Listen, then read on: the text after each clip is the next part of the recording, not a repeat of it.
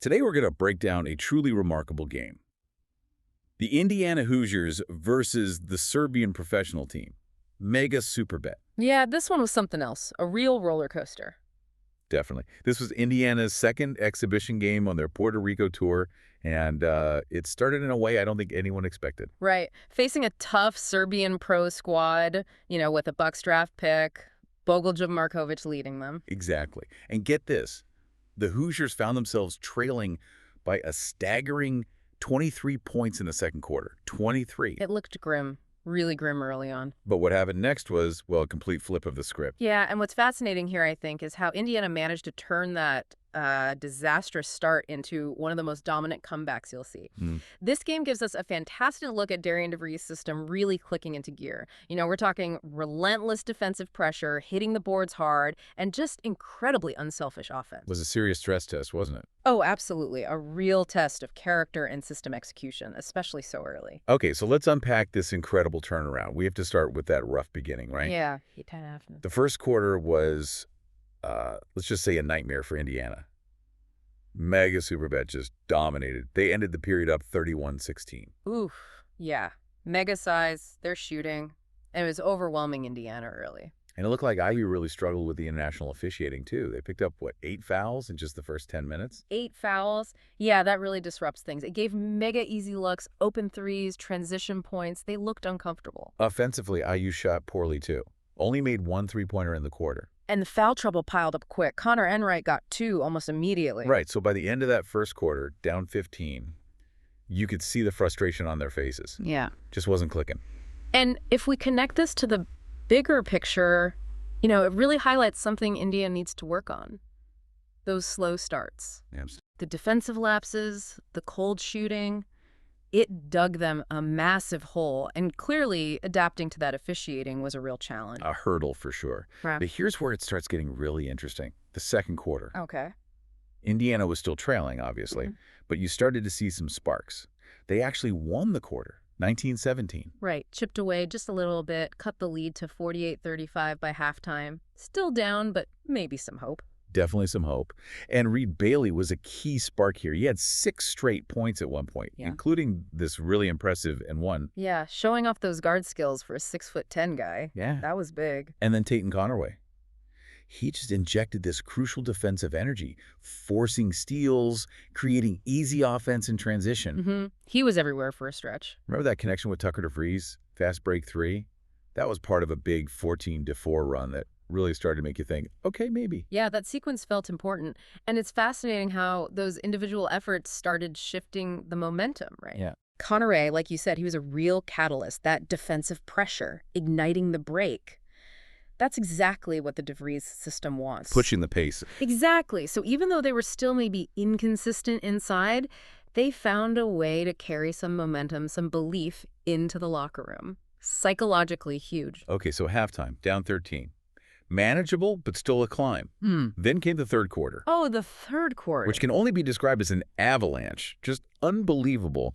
Indiana outscores Mega Superbet 32-11. 32-11 after that start. Incredible. They grabbed the lead for the first time since it was like 3-2 way back at the beginning.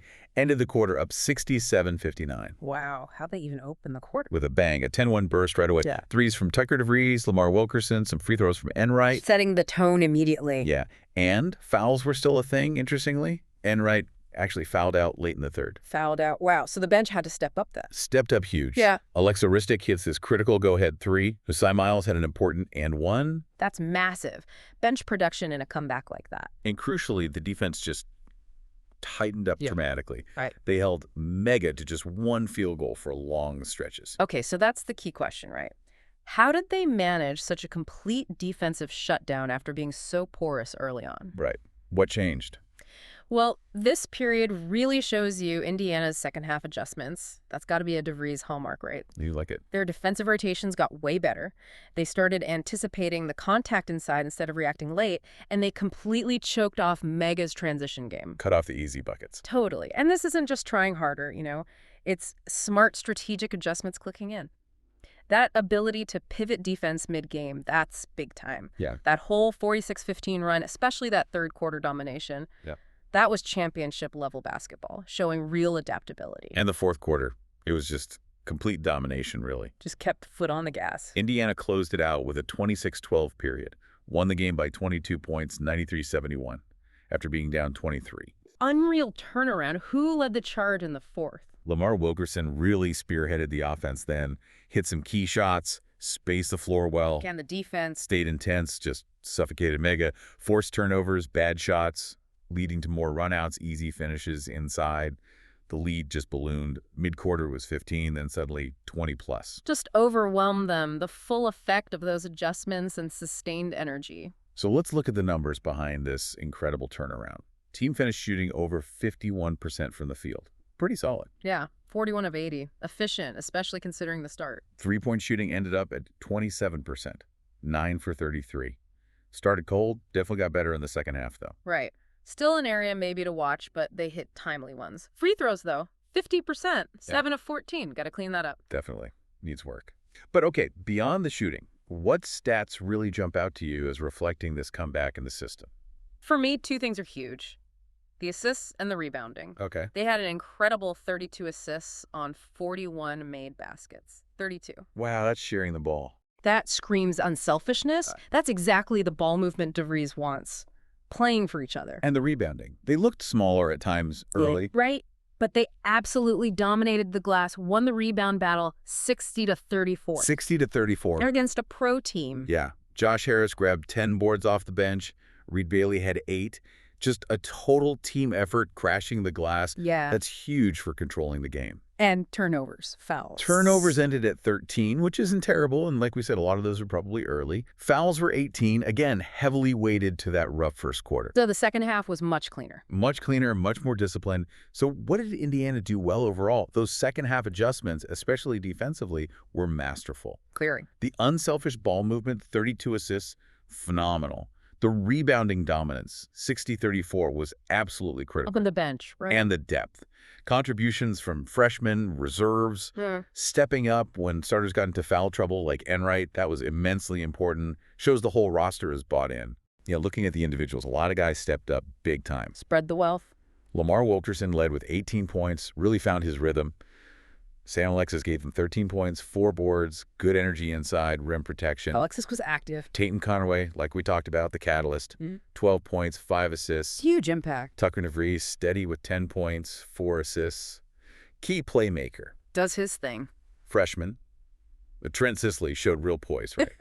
10 points, hit a couple threes, efficient. Very encouraging from a freshman in that environment. Reed Bailey, 8 points, 8 rebounds, provided that key second quarter spark. Alexa Ristic, the hustle guy, hits the go-ahead 3, ends with 5 points, 3 boards. Clutch shot from Ristic. And Josh Harris, the rebounding anchor off the bench, 6 points in those 10 huge rebounds. That rebounding from Harris was massive. Just highlights the depth, like you said. Critical. So even with this dominant comeback win, there are always things to work on, lessons learned. Absolutely. You can't just look at the final score. Despite the awesome comeback, those slow starts are still clearly an area to improve. Can't dig that hole every night. Exactly. You can't rely on digging out of a 23-point hole, especially against top Big Ten teams. Those first quarter defensive issues and cold shooting need addressing. And the three-point shooting. Yeah, 3-point consistency, 27%. It worked this time, but it won't always cut it. Need to be a bit more reliable from deep. Foul discipline, too. Especially early. Foul discipline, definitely. Early foul trouble really mess with their rotations, understanding officiating, playing smarter defense early on. And maybe still interior defense against length. Yeah, interior defense is probably still something to keep an eye on, especially until the front court depth and size maybe develops even more.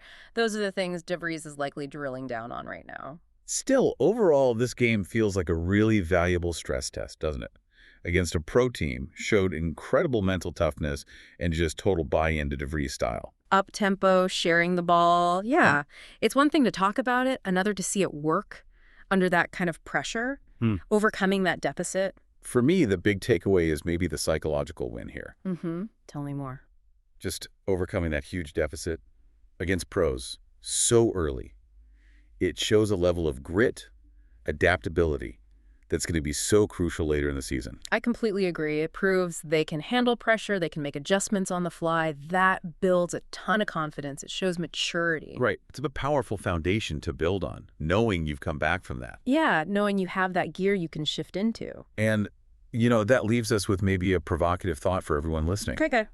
How might this specific experience you can die? The sheer adversity of being down 23, and then that monumental effort to not just claw back, but to totally dominate. How does that prepare this specific group for those high-stakes pressure cooker games they're definitely going to face? Exactly. Does having this comeback in their back pocket give them an edge when things get tight later? That's a great question. Something to definitely chew on until next time. How they draw on this memory down the road. For sure. We'll keep watching. Thanks for breaking it down. Always fun. What a game.